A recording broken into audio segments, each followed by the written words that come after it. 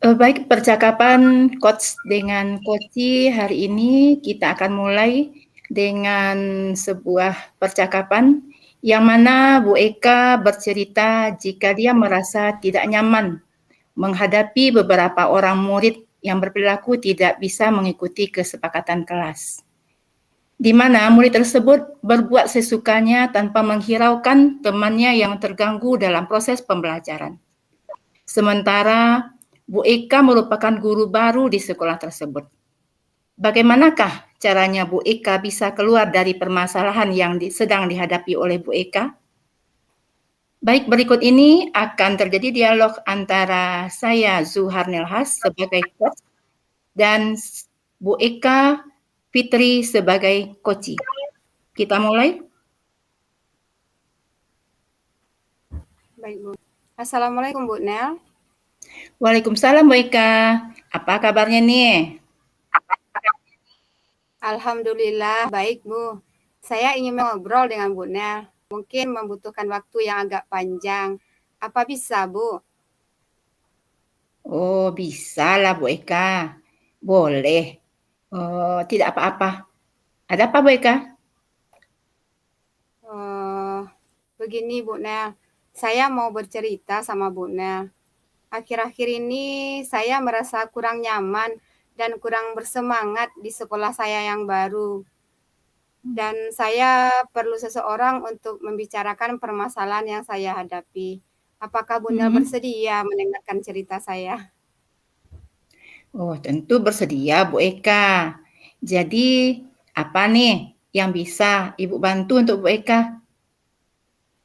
Saya ingin mendapatkan solusi dari permasalahan saya, Bu. Terus apa lagi? Saya ini masih bingung, Bu. Mengapa saya begini? Saya ingin tahu penyebabnya, Bu. Oh, kalau begitu, coba Bu Eka ceritakan apa yang Bu Eka resahkan saat ini. Saya merasa tidak nyaman mengajar di kelas saya yang sekarang, Bu.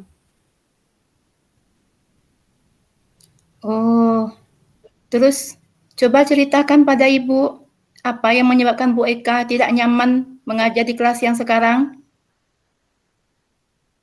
Begini, Bu. Akhir-akhir ini saya kurang fokus dalam proses pembelajaran dan merasa tidak nyaman. Karena ada beberapa orang murid di kelas saya yang tidak mau mengikuti kesepakatan kelas dan dia selalu berbuat seenaknya. Tidak mau mematuhi kesepakatan kelas?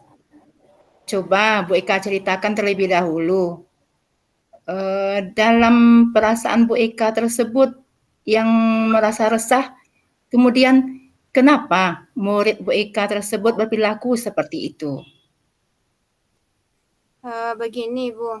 Di kelas saya itu ada beberapa orang murid yang selalu melanggar kesepakatan kelas dan berbuat seenaknya dan teman-teman di kelas merasa terganggu dan tidak nyaman. Sehingga proses pembelajaran menjadi tidak berjalan lancar gitu, Bu.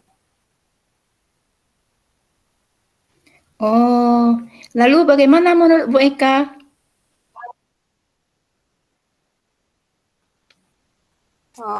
Menurut saya setiap murid di kelas harus mengikuti kesepakatan kelas yang telah kita sepakati bersama karena memang itu sudah menjadi kesepakatan kita bersama, Bu.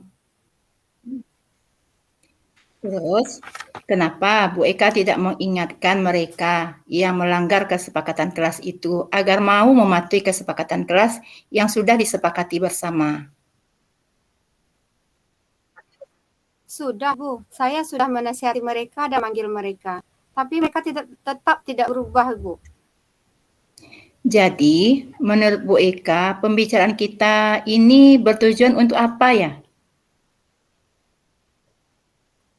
Saya ingin mendapat solusi yang tepat agar kelas saya di setiap proses pembelajarannya bisa berjalan dengan lancar, anak-anak semangat, dan semua murid saya mengikuti kesepakatan kelas yang telah kami sepakati. Oh, kalau seperti itu, apa yang menjadi hambatan bagi Bu Eka pada saat ini agar tujuan Bu Eka tersebut tercapai? Mungkin karena kondisinya baru bagi saya, karena saya baru pindah ke sekolah tersebut, teman-temannya juga baru, murid-muridnya baru bagi saya. Jadi saya belum paham gitu Bu, kondisi lingkungannya dan karakter murid-murid saya. Hmm. Lalu bagaimana pendapat Bu Eka?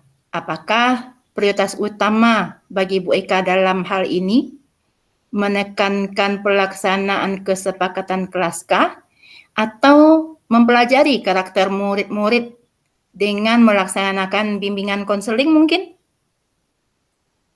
Sebenarnya keduanya penting Ibu, tapi sekarang karena kesibukan saya, agak sulit saya membagi waktu Bu, dan saya juga harus menyesuaikan diri dengan lingkungan sekolah yang baru. Oh,